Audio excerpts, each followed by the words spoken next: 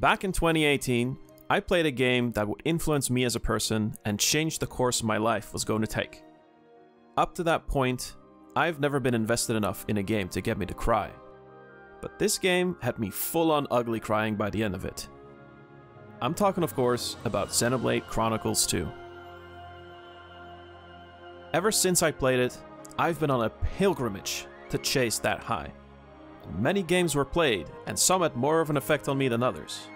Maybe you're someone like me in your journey to find more games to feel passionate about since playing Xenoblade. In this video, I want to give you some of my recommendations based on the games that made me feel similar in some type of way, in hopes of introducing you to a new rabbit hole that can give you hours upon hours of joy. If you haven't played any of these 5 entries, I hope I'm able to convince you to give it a shot. Before we dive in, there are some things that I'd like to mention first. Because of the nature of this video, some entries might actually be a collection of games or a series. Also, there's 2 potential entries that I cannot chime in on.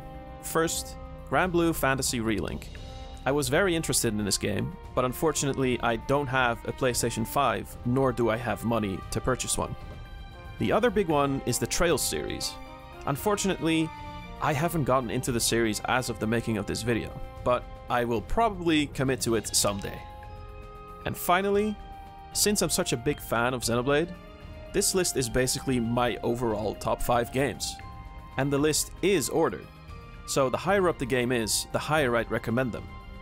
Oh, and I won't be spoiling any of the games on this list because I still want you to be able to fully enjoy them. Now that that's out of the way, let's get started with... This should be pretty obvious. If you've played all the Xenoblade games, you should probably look into their earlier works. And because it's such an obvious pick, I decided to just put it on number 5. Xenogears is my personal favorite out of the 2 IPs. It's an old-school JRPG on the PlayStation 1 with charming graphics. The combat is pretty unique, especially for the time that it came out. And the story is, to this day, still the most complex I have ever experienced. It can honestly be a bit overwhelming, to the point where I actually started to take physical notes in real life, as if I were taking a class. Saga is a little harder to recommend, but you should still give it a try if you're interested. The visuals have not aged as gracefully. It's 3 games with different art styles and combat, and the first 2 games are not the greatest. In my opinion, the mere existence of the 3rd episode makes getting through episode 1 and 2 worth it. But I'd understand if you don't want to have to play through 2 games you don't enjoy just to get to one that you do. If that's the case, you could watch a playthrough of the first 2 games for the story and then play through the 3rd. One thing Saga does have over Xenogears is more traditional story cutscenes and voice acting. This makes the experience more similar to Xenoblade compared to Gears, even if the gameplay is very different. With that being said, if you're not too into the overarching lore of Xenoblade and feel like you can barely understand what goes on in the Xenoblade games themselves, then you should probably skip out on both Gears and Saga. Another reason you might not want to is that a lot of the earlier games' concepts are reused in the Blade games, meaning that knowing about those concepts might spoil future plot points. For me, it makes it more exciting, since they're never brought over one-to-one. I'm curious about how they'll incorporate it, rather than sad that I already know roughly what might happen. If you do want to give these games a go, there is the matter of acquiring them. Since these games have been off the market for a very long time, tracking down copies can be a bit tricky. Now, I can't recommend that you download the games illegally and play them on an emulator, but I can say that there are in fact resources out there. DuckStation can run Xenogears pretty well, and PCSX2 can run Xenosaga 1, 2, and 3. Hopefully I've given you enough to make up your mind. So let's move on to...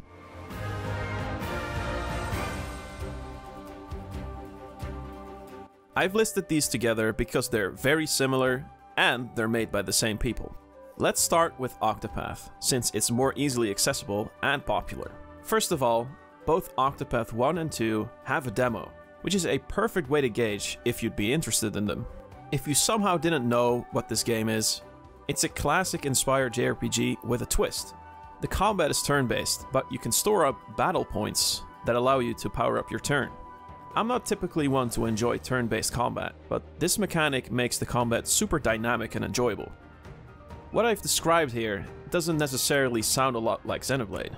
So why should I try this game? Well, it's because of the customizability. Octopath Traveler allows you to change classes and mix skills and attacks obtained from those classes. This is one of my favorite aspects from Xenoblade 3, and a big reason why I enjoy the combat in that game so much. This is also fully in effect in Octopath. And another aspect that works in the game's favor is that it looks and sounds beautiful. The only caveat is that this game's titular Octo, 8, Travelers, all have their own self-contained stories and don't really feel like a party. The overarching story is also pretty bare bones, so don't go into it expecting it to blow your mind in that area.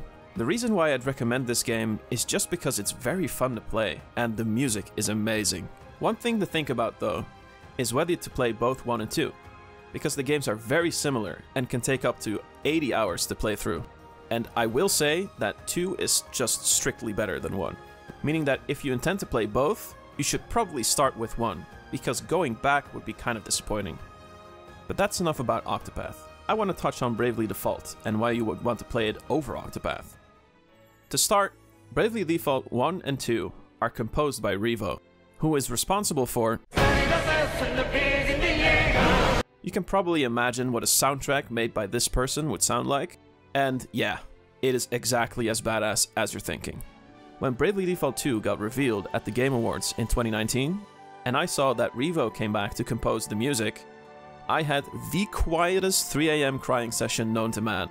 If that sounds like an overreaction to you, the reason why it's so important is because there's also a Bravely second game that wasn't composed by Revo, and it also wasn't very well received. It had been half a decade since that game came out, and I had thought the franchise to be dormant entirely. So when it got confirmed that not only the series would continue, but also that Revo would come back, yeah, I think you get the picture. But that's enough about the music.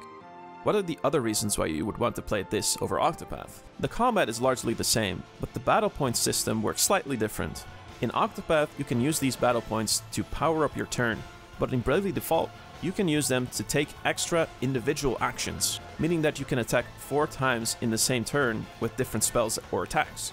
It might not sound like a big deal, but in reality, it can make a world of difference.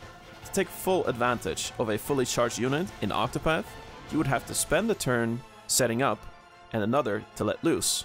But Bravely Default allows you to set up and attack in the same turn, because of the individual actions. Another distinction is that you can also get into negative points for an all-out desperation attempt to end the battle. This might leave you vulnerable for 3 turns. Story-wise, the Bravely games aren't anything to write home about, but one thing that it does have going for it is that it actually has a cohesive party that interacts with each other. By the end of the game, you will feel much more attached to the Bravely parties compared to the Octopath parties. I should also mention that Bravely Default 2 is on Switch and has a demo available to try. But one thing Bravely never beat Octopath in is its visuals. The oversized, chibi, clay-like characters in hyper-realistic worlds worked fine on the 3DS, but on the Switch it's not quite as pleasant to look at. And I would say that Octopath are overall more polished games, so if that's more up your alley, then there you go. Alright, that's about all I have to mention, so let's talk about...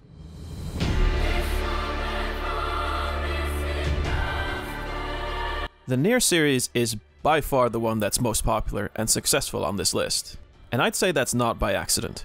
Yoko Taro's mind is an enigma. The way he toys with the player's emotion is unlike anything else I've ever played. The way I'd describe him as a game creator is as if Tetsuya Takahashi chose violence. Xenoblade as a series gets pretty dark and has heart-hitting moments, but I would say that it has a very uplifting and positive undertone. The Nier series, on the other hand, while still having a presence of idealism, is more skewed towards a nihilistic worldview. Yoko Taro has a pretty interesting philosophy when it comes to making games, one that I wish Takahashi would subscribe to a little more. That is, Yoko Taro does not tell the player what his games are about, not in interviews or in any real-world scenario. This is because he believes that his games mean nothing until the player gives it meaning. Even though Taro's inspirations are pretty obvious, he leaves the meaning up to the player's own interpretation. The Nier series is technically a follow-up on the Drakengard series, but unless you want to invest a serious amount of time, effort, and money into games that are objectively not fun to play, I'd suggest you stick to playing the remaster of Nier Replicant that came out in 2021, and Nier Automata, the one you have already seen a lot of content from. After you've played both these games, you can dive into the extended canon material. There is a particular video that goes over all the media that make up the Nier timeline that blew my mind when I watched it. As for which one you should play first, both are very possible, but I'd recommend that you play Replicant first if you can. I personally played Automata first, and played Replicant years after. My experience with Automata was very positive, but after having played Replicant, I definitely feel that I need to replay Automata at some point. I retroactively remember some of the moments that didn't make sense to me when I first played it, but would have clicked with me if I had the context of Replicant. It's similar to Xenoblade 1 and 2 in that regard. The game's stories are famously told from multiple perspectives throughout multiple routes. The main routes are sequential. Route A is the one that you play first, then you have to play Route B, which is largely the same, but it shows a different perspective on the same events, and then there's Route C, which is like a true and climactic end. And there's also a bunch of non-canon joke endings. In short, when you see the credits roll, that does not mean that you're done. Trust me, you'll know when you've gotten the true ending. Both games have left an unforgettable impact on me, as they have for many others. Just like in Xenoblade, Nier games tackle questions like who's right or wrong, what's the essence of humanity, how do we find meaning, but the series arrive at different answers. And I think that's what makes both franchises so interesting. Neither one are valid or invalid. Even if they are pretty different gameplay-wise, I believe there is a lot to like as a Xenoblade fan, and vice versa.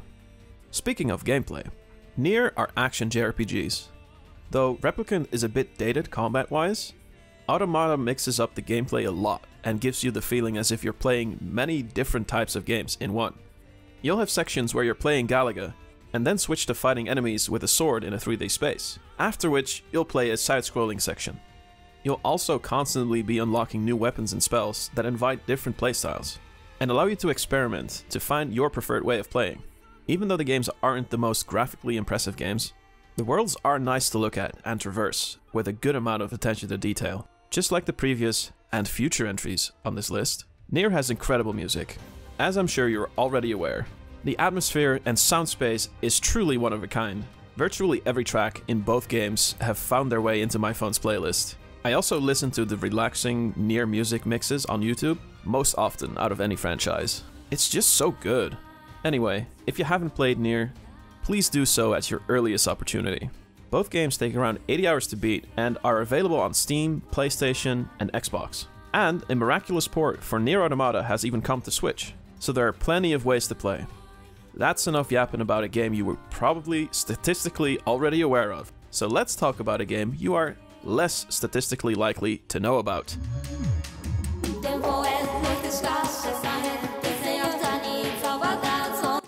If you like the sci-fi parts of Xenoblade, you owe it to yourself to try this game. It's like a sci-fi fan's wet dream. The game is divided into 3 modes: Remembrance, Destruction, and Analysis. Remembrance is the story mode. This is where you play as, like the title suggests, 13 characters' story, one at a time. Destruction is the battle mode, where you complete stages that unlock more of the story, and gives you a currency with which you can unlock lore in the Analysis mode. The story was the main attraction for me. The way each character has their own role to play, and you gradually start to understand the bigger picture, was a real treat. It also has one of my favorite subversions of a sci-fi trope ever. On top of that, the sheer number of plot twists that unfold in this story is unfathomable. I recently watched someone else's playthrough of this game, and I had multiple plot twists that I forgot about. And it's not like the plot twists aren't memorable, because when I encountered these forgotten plot twists, my reaction wasn't, "Oh, I forgot that happened." But it was more like, "Holy shit, that's right, that did happen!" The story isn't just played as a movie, it's actually interactive. You play as one of the characters and walk around, talking to different characters. As the story progresses, you collect thoughts, that you can bring up to characters that will initiate a different branch of the story. At some point, the character's story you're playing through will get locked behind some sort of measure of progress, be it in another character's story progress or battle progression. The way this impacted my playthrough was just playing through the story until I couldn't, because I was so engaged by it, and then enter destruction mode to unlock more of the story. So let's talk about the combat a little bit. The mode is broken up into areas, and within those areas are a set number of battles. The combat itself is sort of a top-down, real-time strategy tower defense. The systems are pretty simplistic, and the game does a good job of telling you all the types of threats and how to counter them. Throughout most of the game, the destruction mode is a means to unlock more of the story, but at some point, that changes, and destruction mode all of a sudden becomes very engaging. I'll leave that for you to find out.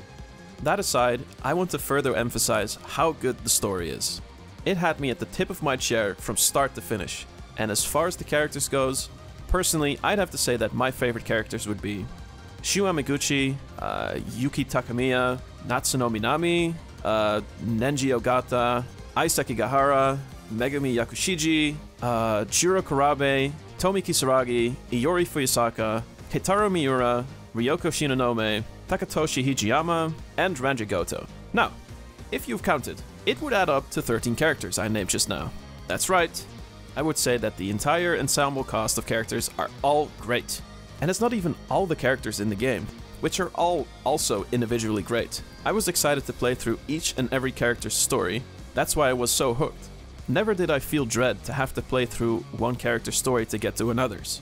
It's all intrinsic motivation. As for the game's length, it's pretty short for a Japanese story game, clocking in at around 35 hours. It's consumable in a reasonable amount of time. Perfectly paced, I'd say. At no point does the game drag or make me wish that I could spend more time. There's even an infinite post-game that lets you test your knowledge and battle strategies to the maximum. As you've probably noticed up to this point, the game's aesthetics are wonderful. The beautifully hand-drawn characters, animations, and backgrounds combine into one beautiful, moving picture. The soundtrack is also great, with some truly blood-pumping battle tracks that never fail to get me hyped. On top of all that, every single line of dialogue is voiced, with both Japanese and English casts available. I've only played the game in English, so I can at least vouch for that. The dub is fantastic. As for the game's availability, it's on the Switch, PlayStation 4, and 5.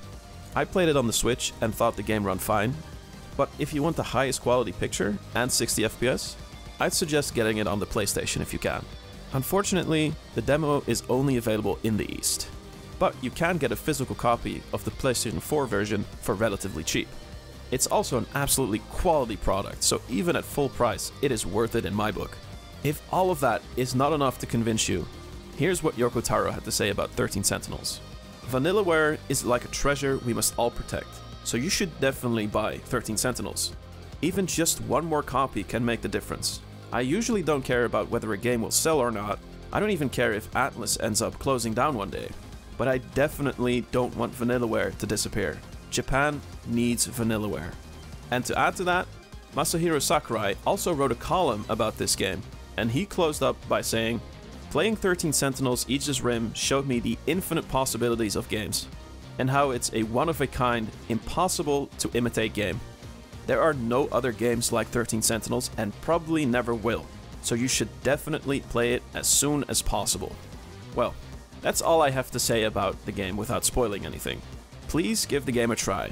If you like Xenoblade and its sci-fi elements, you will not be disappointed.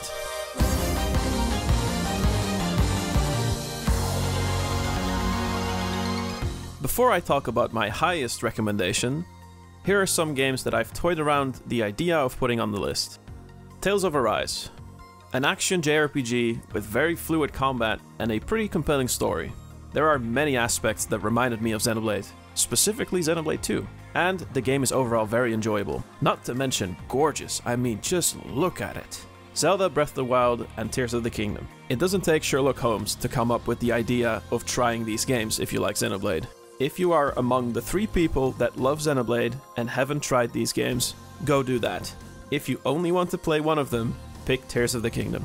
Hollow Knight, Celeste, Hades. What a surprise! The quintessential masterpiece indie games are good and you should play them. Although they are not very much like Xenoblade, They are dirt cheap and some of the best gaming experiences out there.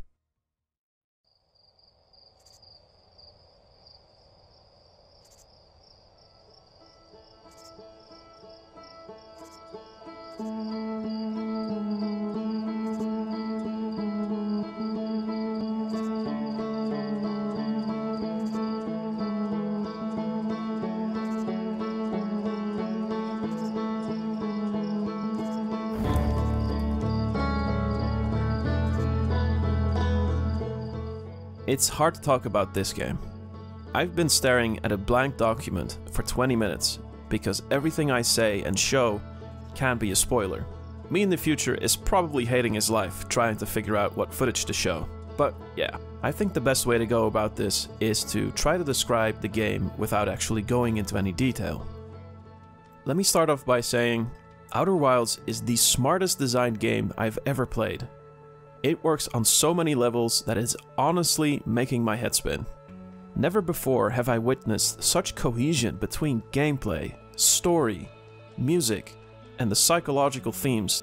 Even though calling it a game and giving it a label feels like a criminal offense, Outer Wilds is an action-adventure game where you explore a miniature-sized solar system in order to uncover the mystery of the universe.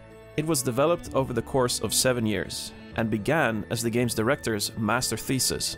Alex Beecham, said director, grew up playing and being a massive fan of The Legend of Zelda, one of his favorites in particular being The Wind Waker.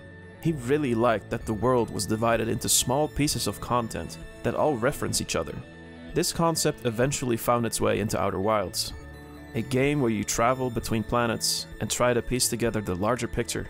Actually playing the game can be a bit tricky.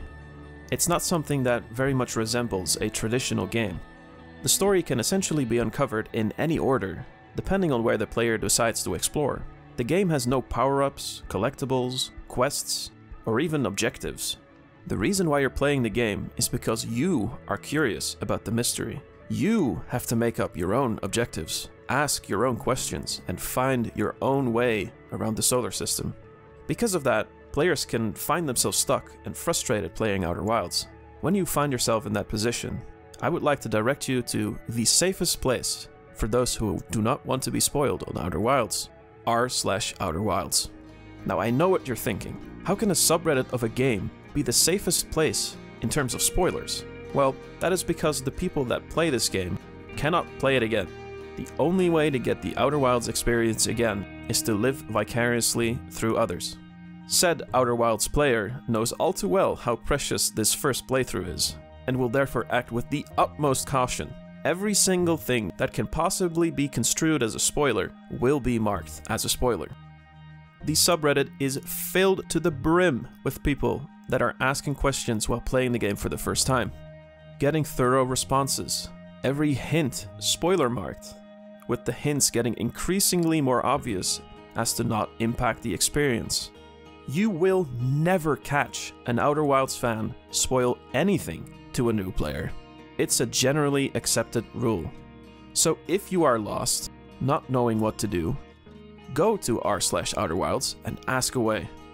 You might be curious, how is this game similar to Xenoblade?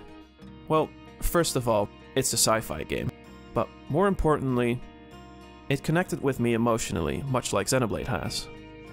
Thematically, you could consider this a companion piece for Xenoblade 3. This is a connection that I will undoubtedly expand upon in my inevitable Outer Wilds focused video that I will make someday. And even aside from the similarities, I would recommend this game to anyone, no matter the types of games they enjoy. It might not click with you, but if it does, it can easily have a profound impact on you. It's an experience that transcends the media form it's a part of. The game is available on Steam, Xbox One, PlayStation 4, PlayStation 5, Xbox Series X and S, and Nintendo Switch. Although I would not recommend the Switch version. What I will recommend, however, is the DLC. Don't worry about the DLC until you've rolled the credits, but after, you should 100% play it. You're gonna ask yourself, what on hearth can they make the DLC about? But you gotta trust the process. It's good. And as a final statement, even though it's such a cliche, If I could choose one singular game to erase my memories of, over every other game on this list, even over the Xenoblade games, as much as I love them, the game that I would choose without a single shred of doubt in my mind would be Outer Wilds, because this is an experience that you can truly only have once.